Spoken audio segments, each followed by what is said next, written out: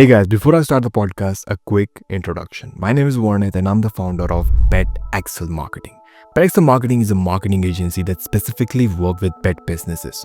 Over the years, we have worked with pet food brand, pet relocation businesses, pet SaaS companies, pet clothing brand, cat food businesses, dog grooming services, and many other product and service-based pet businesses globally. Our services includes everything from creating graphics to running your ad campaign. Not only that, we have built amazing websites and apps for pet businesses. So if you have a pet business and would like us to help grow it, click on the first link in the description to book a call with our team. Now enjoy the podcast. Guys, welcome back to Pet Brand Podcast, the ultimate destination for uncovering the stories, strategy, and successes behind the most innovative pet brands in the industry. I'm your host Varnit, and each episode we dive deep into the minds of people redefining pet care. Today, I'm honored to welcome a truly inspiring guest to the show.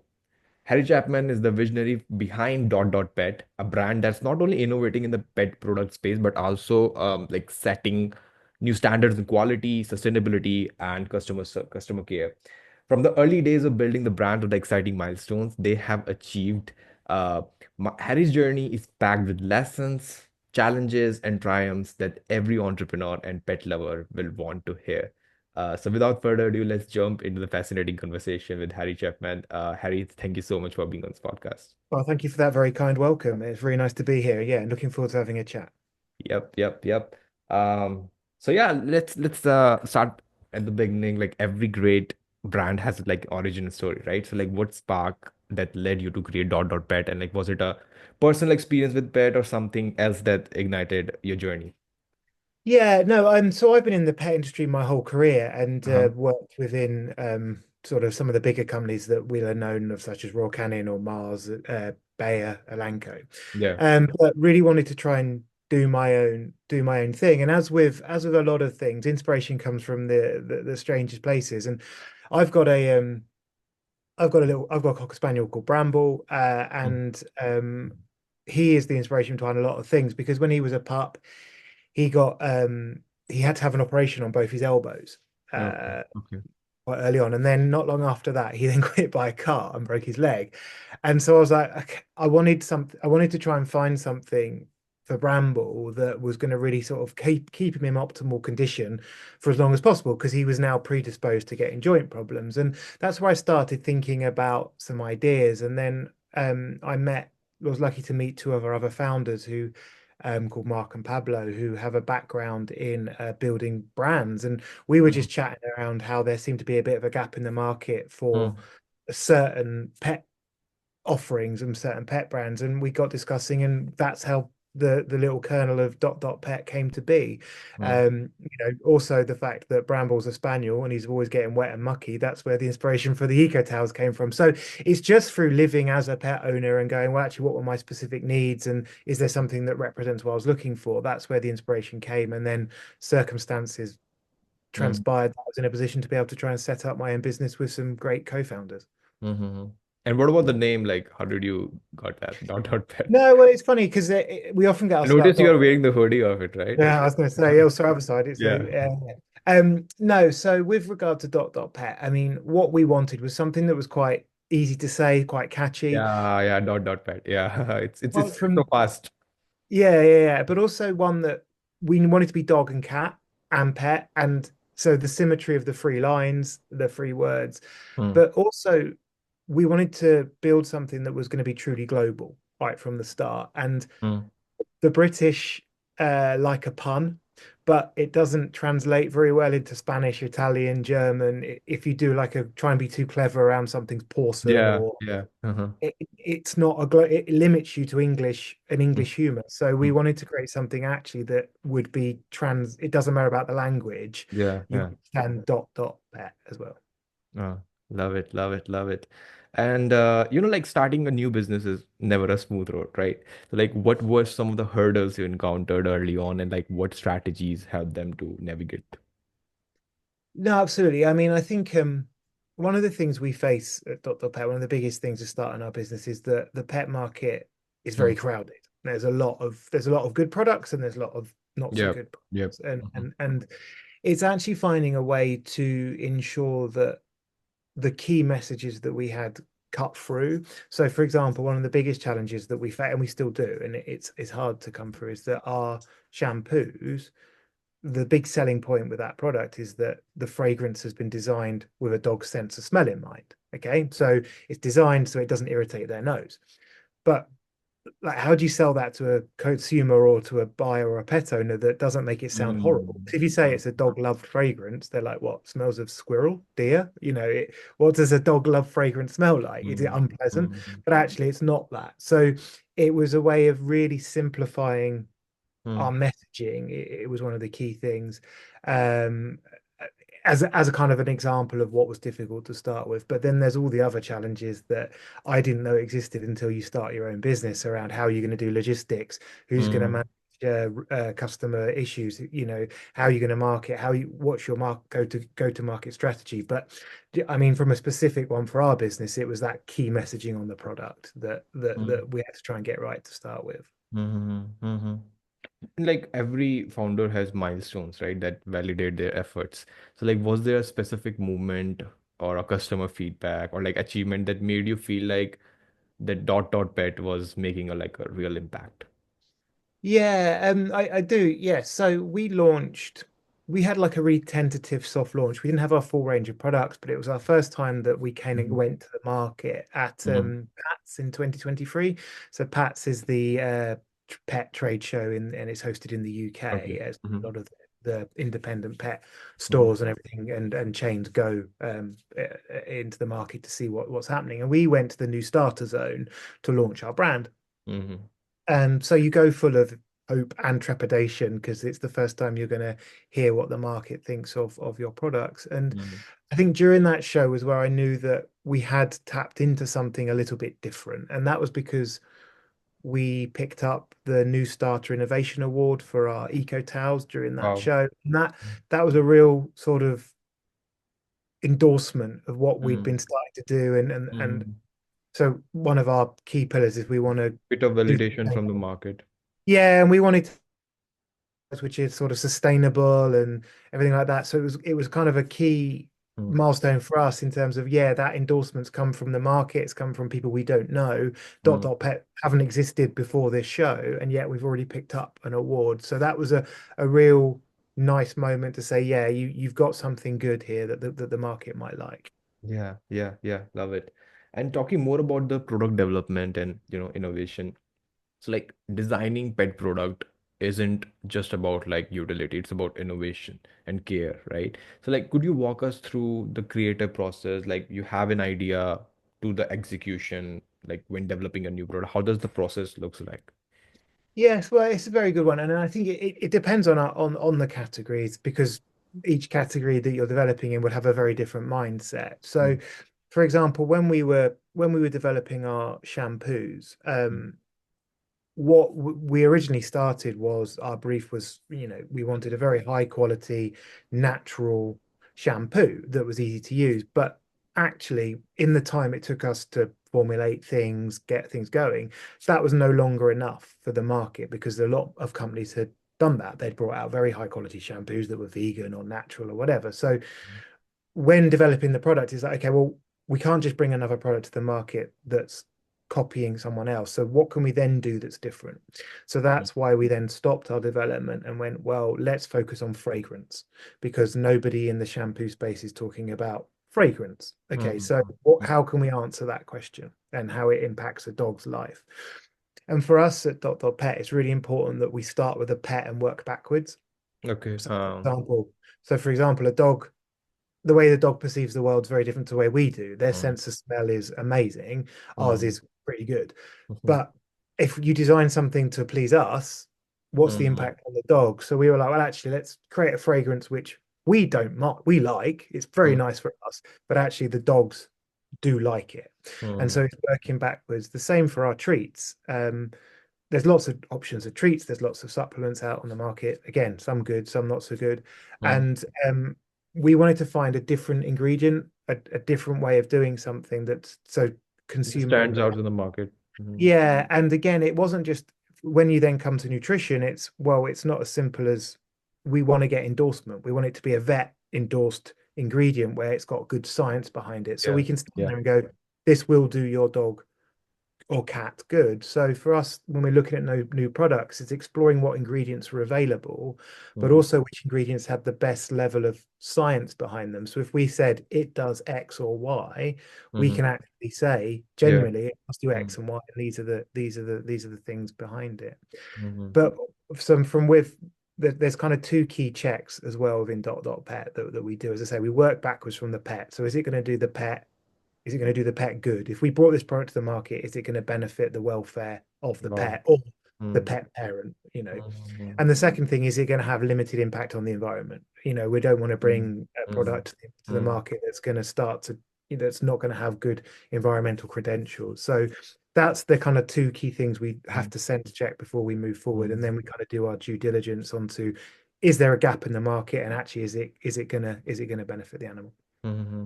And coming back to your Eco Dog towels, right? So it has been a huge hit. So like what Yes. inspired this product and like what made its development stand out from other products? Yeah, well, um, Bramble. I come back to Mhm. the fact I have a spaniel, right? So Yeah. anyone who owns a spaniel or similar type dog will know Uh-huh. that they're forever in the mud, in the water, in the Yeah. bushes, looking for squirrels, chasing animals. That they're full on all the go. And it got to a point where my car was a little bit horrendous. Like people can come in, you wouldn't give people a lift in your car because it stunk so Yeah. much, Yeah. or the dog would come back to the car covered in. And I thought there has to be a way of dealing with this solution, which isn't Yeah. just lugging around dog towels, because dog towels get wet, they stink, they don't dry. So started to explore opportunities, and then with that kind of inspiration Mhm. through COVID, a lot of hairdressers were using the same similar type towel that we now is our dog eco towel for Okay. hygienic reasons, because during COVID they had to then dispose Mhm. of the towels and Yes, stuff yes, like yes. that. Mm. So we took inspiration from the human hairdressing market, weirdly, to address a problem that I thought was there for dog owners. How can we cut back on consistently washing towels, develop a product that's biodegradable and completely natural, Yeah. and actually solves that really problem. Actually, if you're out and about on a dog walk and you want to go to the pub or whatever, and your dog's covered in his mucky, you can't do it. But actually, this allows you to do it. So Mhm. Bramble was the inspiration, and then we took a lead from another market in terms of the human hairdressing market, and developed Yeah. a product that seems to have Mhm. worked really well in the for dog owners, and particularly dog walkers love them. People Yeah. Yeah. who've got that high volume of usage of towels and Yeah. Yeah. stuff like that. But the feedback and the reviews on that product has been amazing. It really Yeah. has. Uh-huh. So are there any like products just like yours in the market, your competitors? For the obviously for the treats and the No, no, shampoos, for the this specific they're very competitive market. But no, the eco towels are at the moment they're quite unique. I mean, I'm sure in time there will be, and yeah. Hmm. but they are quite like unique because they're not a wipe, right? So and that's where there's a lot of competition, is like kind of the biodegradable eco wipes, which are already wet. This is designed for drying. Mm. And we've got plans in the next month or so. We'll be extending our range of the eco towels. We're bringing some eco towel minis. So Yeah. when your dog's not completely covered in water, you just want to dry their paws or wipe their eyes, or if you've got a big dog that dribbles, you want to just wipe their mouths. We're going to develop a smaller one for Mm. that. Mhm. Love it. Talking more about the marketing and branding side of things, a loyal community is like every brand's backbone, right? So like how have you cultivated a sense of belonging and trust among your customers? No, it's a really good question. I think we're not there yet. Right. We're not. We're a long way to go on building that, but it's a real key thing for us, because one of the things we want to create at Pet is that trust, because pets are family members, right? They, Definitely. they Mm. absolutely are family members. So if you're going to use something for your pet, you want it to be Mm. high quality. You want to know it's from a trusted source. So Yeah. we're always looking to see how we can build that trust. And as you say, the best way to do that is through a community. Um, we've managed to garner about over 10,000 followers on TikTok, and that's one of the first Oh. places we started. Mm-hmm. And that a lot of that was through just explaining who we are, who we're Mm. taking, Just being a sharing your bit, story.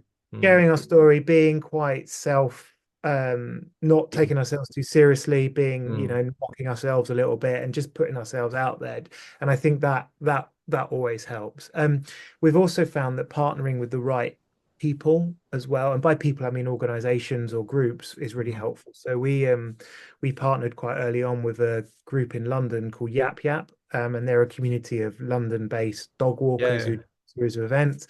And Yeah. we partnered with them quite early on, and that got us into their community. And again, that built us trust through the Uh-huh. association and for exposure through their group. So it's Yeah. been finding the right partners, and Hmm. it's been through sort of just trying to put our background, what we're trying to do.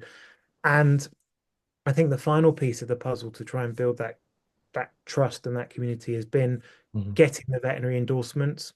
So Hmm. going out and getting vets to review our products to say, actually, yeah, these are good products, or they have got good science behind the products. Because again, that adds credibility when you say, look, these products are good for your pet. Hmm. Uh, so that's been the way we've done it, very much on social, obviously. But Yeah. as we look to grow, we want to get better at building ambassador programs and Hmm. really creating a community. I think it's a terrible example to use because they're such a good company, but we kind of want to be to pet what Gymshark is to the gym. If you think of Gymshark, they understand the gym. They help you at the gym. They've got good advice. They've got Hmm. good products. Hmm. We Hmm. kind of want to be that for pet. That if you're getting a new pet or you got a question about your pet, that you go, actually Dot Pet are a good resource, not just a place that sells products. Yeah. Yeah. Love it. Love it. And coming back to like networking and mentorship, like it often plays a, like a critical role in a founder's journey. Like, how have you tapped into the expertise of others in the pet care industry to navigate this through? Um, yeah. So again, I think the people that have offered their support on our Pet journey today have been amazing. You couldn't, like you said, I don't think you can get to where you are without people's advice, support, and opening doors for you. And I think Hmm. it's it's been a mixture of people that I've tapped into and that have benefited me on my journey. There's been people in a similar position, so startups who have started at the same time as us, people like Easy Eat and Poured Drinks, where we Yeah. started at the same time, and we share. Then we have a discussion around, well, what are you doing? What events are you going to? Would you like to do a social competition? So you kind of share your struggles together with Mm-hmm. that, and that's quite nice because they're in the same position you are. It's also then I've been very lucky to work with people within the industry that have got great sort of experience on how to effectively retail products. So they've been able Yeah. to advise us on Mm. packaging. And so a great support of ours is Claire Gavin, who's really helped us on developing our product packaging and Mm. introducing us to the right people within the industry because her background within Pets at Home. And then it's also reaching out to people outside of the industry actually as well, because I think the pet industry you can get quite blinkered. So Yeah. our founders on Pet have got great connections in other industries where I've been able to go and meet the founders of some other businesses in like the beauty sector or health and wellness or something like that, and or fashion, and just have a chat to them about logistical challenges or Mm. how do you expand into different territories, just general business chat. Yeah. Mm. Really, it's I think for me with the networking, LinkedIn is obviously always useful, but it's just actually having an open mind. If someone's Yeah. available and Mm. offered their time, have a chat because more often than not, you'll get Yeah. something from it. That's what I Mhm. You never know, like, where can you utilize that information in your journey? absolutely. And as you say, they might not be linked to your business, but if someone's Yeah. willing to give Mm. you 10 minutes of their time, or or someone asks for your support and you give them 10 minutes of your time, you'll end up learning something or finding a way that you can work together. So I think for me, that's one of the biggest things that I've changed since doing this role versus where I was Mhm. previously in corporate world, is that being a lot more open to advice, but also giving my time to other people a lot more because you need the support and learning as much as you can. Mhm. And what do you think, like, what are some of the most valuable lesson you have learned from the challenges you have faced till now? There's been so many. I think one of the big things in this kind of role you have to do is you have to be able to make decisions with Yeah. very little Mm. data. Mm. So being confident to try something, um, and not want the perfect answer. That's one of the big things to try. But also, I think um, to balance that, because sometimes you can go too fast, is actually just one does need to slow down at times and just check that. I know it's a very fast-paced business. We need to do, but Yeah. actually, do we need to do that? Is it Take a is step it back and just take a step back and really what is your ultimate goal here? And actually, do we need to spend, mm, sorry, right now, for example, £10,000? It mm, doesn't matter the price, but do we need to do that mm, right now? Or actually, and at the can same we? time, like having the vision that, hey, this is our vision. So I'll just Yeah, make sure that we are moving in the right direction. exactly. And is activity X going to allow us to achieve that vision? And if Mm, it's not, what else should we be doing instead?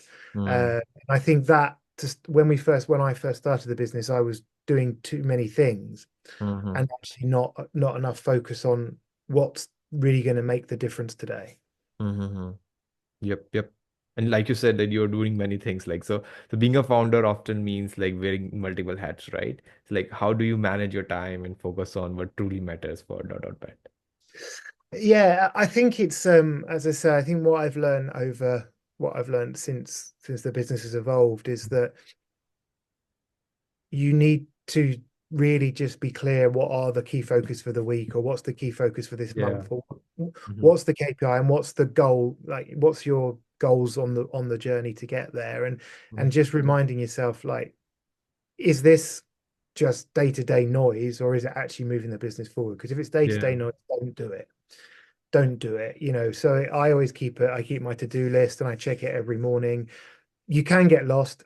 Obviously you can get lost in the moment, and um you get distracted.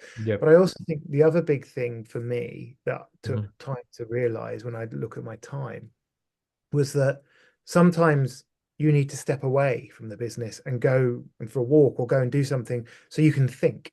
Because if you just spend all the time doing, you're never thinking and thinking, well, how can I solve this problem? Or what's the next product? Or what's the next campaign? You're just doing in the moment. And I think scheduling time to go and have a think, and you feel perhaps you're not working on the business, but you are because you're thinking about it. That's also been really key for me as well. Hmm. And also like for every single person, success is different, right? Success is different for different people. So like, how do you define and measure success in your personal and professional life? I think, are you speaking from a company perspective, or really from my Your perspective? personal perspective, like what do you think for the companies, like what do you think success would look like for Pet? Yeah, I think again, it's a really good question. I think for me, it's to have the recognition from end users, from customers, that actually I Mm, used your product and it did make my life a bit easier. It made mm, owning a pet a bit easier, or it made my dog a bit happier, or it made my cat's stomach a bit calmer, whatever it might be. I think for me, if we're delivering products where people are seeing positive outcomes, that to me is the ultimate success, that mm. we've helped improve the lives of pets, Yeah. because pets love us unconditionally. So allowing pet owners to give a little bit back, I think.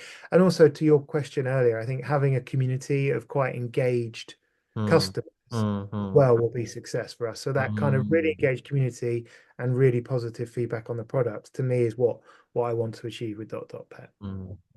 Talking more about the future vision and impact, like how do you see the pet care industry evolving over the next 5 to 10 years? Yeah, I think it's going to continue. It's going to go one of two ways. I think there will be more and more tech that comes Okay.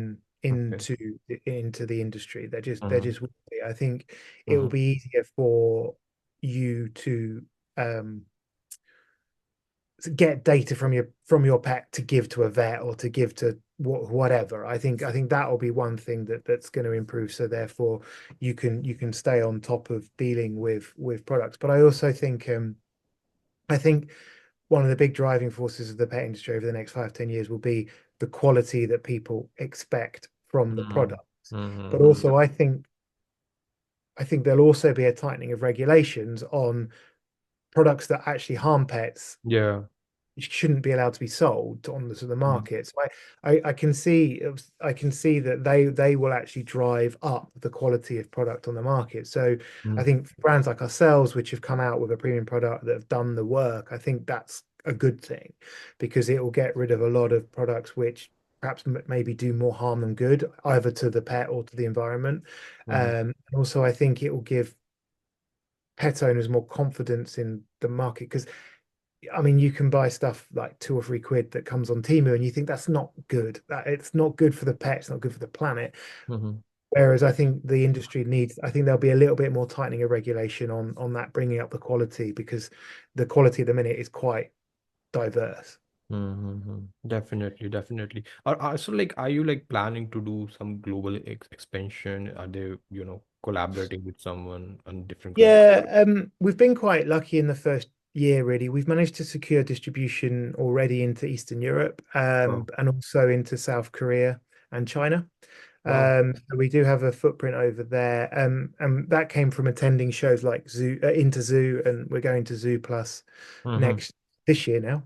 Mm-hmm. So yeah, absolutely. We always look for the right distribution partners for our products, where because the UK market is great, but it's also very advanced. It's a very competitive, advanced market, and actually, there's a lot of other markets where as much money in there as many pets, but Yeah. vision isn't there. So Mm-hmm. as I said right at the start, with Pet, our vision was immediately was to be a Mm-hmm. brand that was global. So Mm-hmm. yeah, we are always on the lookout for the right partners and the right distribution partners, right retail partners across Europe and wider. Mm-hmm. So do you think like different market requires different form of educations of the product? Like do you think like UK market is more educated about your product, like the kind of things that or maybe like when you enter a different market, different country, you need more education to help the pet parent understand like, hey, this my product is good for you.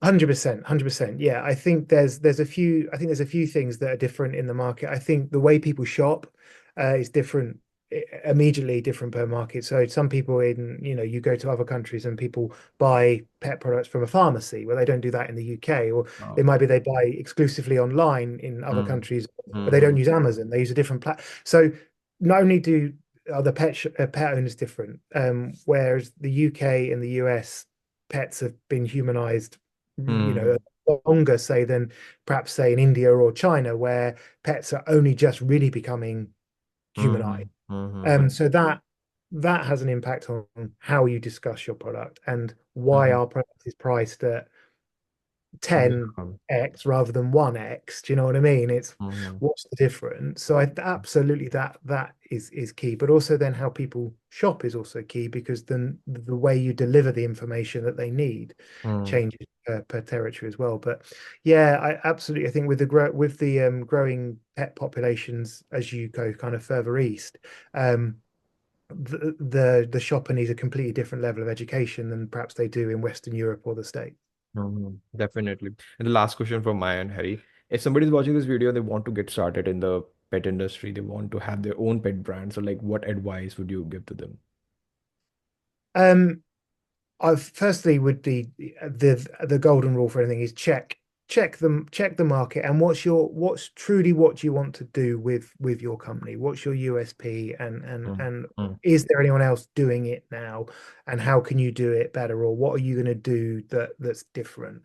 yeah. What's going to be the one thing that you can go to speak to someone and say you want to buy our products because of this? And if you can't easily answer that, don't do it because the pet market is full of small brands that get to a Yeah. certain point but never get bigger because Mm, they haven't got a true identity or reason to be mm, different. So that would really be one of the first things, and then seek out as much advice as you can. Go and reach out to people who have done it in the industry or other industries and chat to them about ideas and ways to do it. So that they would be my sort of two mm, key pieces of advice. Be really curious before mm, you commit to do it. mm. Love it. Love it. And that brings us to the end of the episode of the Pet Brand podcast. Harry, thank you so much for joining us. No problem at all. Thank you for interviewing me. It's been really great to spend time with you. Yep, yep, yep. And for everyone tuning in, don't forget to check out Dot Pet and all the amazing product they offer. You can find them. I will leave all the link in the description below, and you can check that out. And yeah, that's it. That's the end of the podcast. Thank you. Great, great, great.